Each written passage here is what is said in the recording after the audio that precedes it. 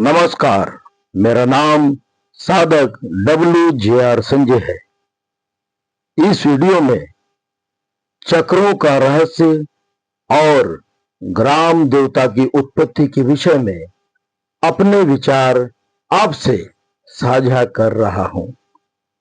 मूल चक्र, मूलाधार, स्वाधिष्ठान, हृदय चक्र, कंठ चक्र और आज्ञा चक्र।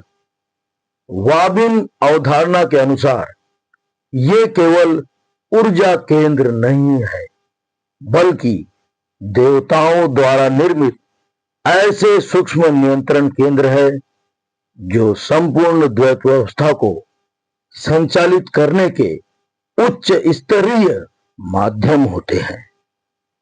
नागा, अघोरी और ऐसे ही अनेक तंत्र साधना वाले साधक इन्हीं चक्रों की शक्तियों में उलझे रहकर अपने भीतर उठने वाली अनुभूतियों को ही अंतिम सत्य मान बैठते हैं।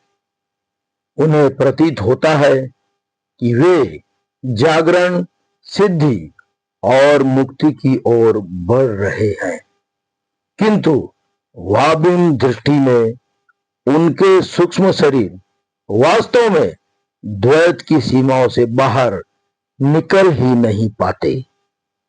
जब किसी साधक के भीतर इन चक्रों की शक्ति क्षीण होने लगती है, तब एक रहस्यमयी शक्ति केंद्र, ललना चक्र, सक्रिय हो उठता है। यह पुनः साधक को ऊर्जा देकर उसे द्वैत की धारा में स्थिर कर देता है, ताकि वह पूर्ण अद्वैत तक न पहुंच सके।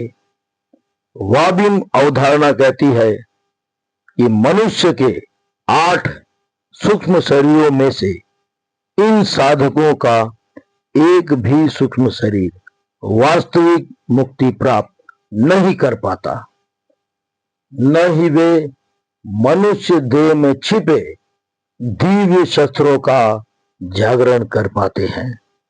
मृत्यु के पश्चात इन सब हठी तांत्रिकों की भस्म हुई या कब्र में गल चुकी देह द्वैत व्यवस्था के प्रभाव से एक देव रूप धारण कर लेती है। आगे चलकर इन्हें ही ग्राम देवता कहा जाता है, जिनकी पूजा गांवों और क्षेत्रों में होती है।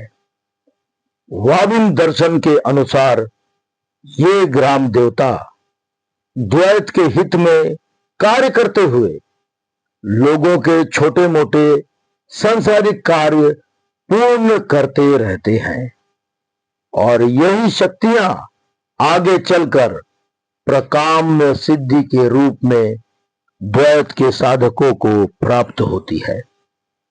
किंतु वाबिन का मार्ग कहता है, जब तक सूक्ष्म शरीर द्वैत के प्रभाव से पूर्णतः मुक्त नहीं होते, तब तक कोई भी साधना परम अद्वैत का द्वार नहीं खोल सकती। धन्यवाद।